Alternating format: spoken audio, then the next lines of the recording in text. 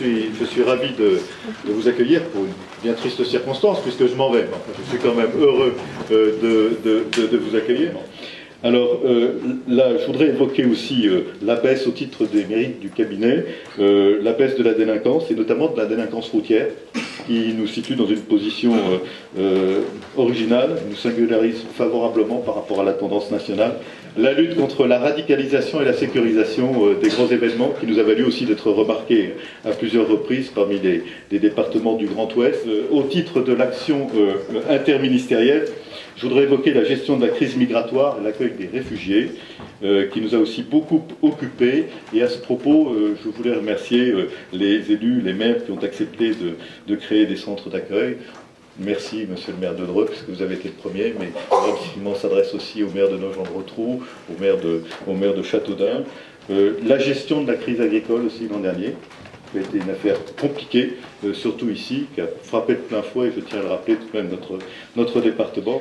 Alors, au titre de l'animation territoriale et de l'aménagement du territoire, évidemment, la route nationale 154 commence toujours par là.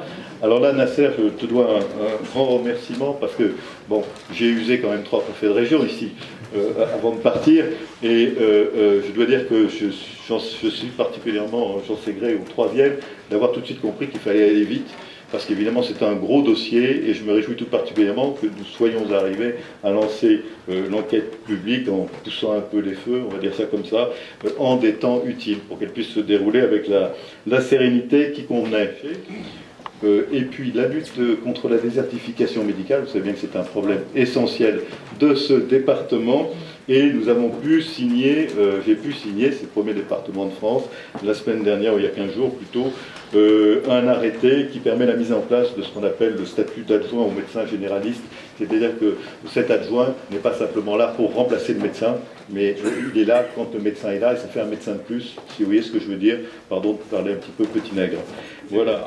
Voilà, alors là j'ai le sentiment d'avoir accompli mon devoir, c'est-à-dire de vous avoir expliqué à quoi ont servi vos impôts. Voilà, nous avons travaillé, je ne suis pas le seul, et je pense que nous avons un bilan qui est sans être particulièrement remarquable, dont nous n'avons pas à réjouir les uns et les autres. Et encore une fois, c'est le travail d'une équipe, moi j'y insiste beaucoup.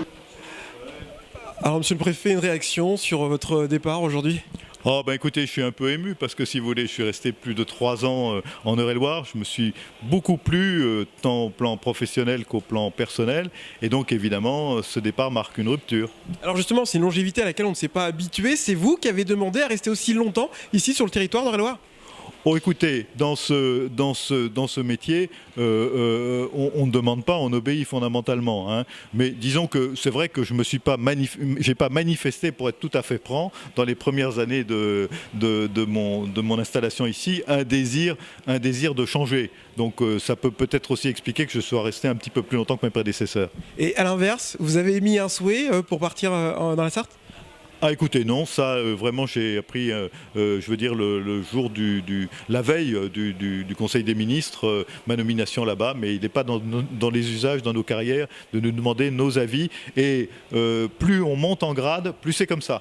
Alors vous l'avez rappelé, hein, votre devoir d'aller ici sur le territoire. Est-ce que vous allez regretter de ne pas avoir été aussi loin sur certains dossiers, des dossiers que vous laissez derrière vous ? Oh ben écoutez, bien sûr, il y a toujours des dossiers qu'on laisse. Moi, je serais très intéressé de suivre le dossier, par exemple, du musée de Chartres, qui, je pense, va évaluer favorablement.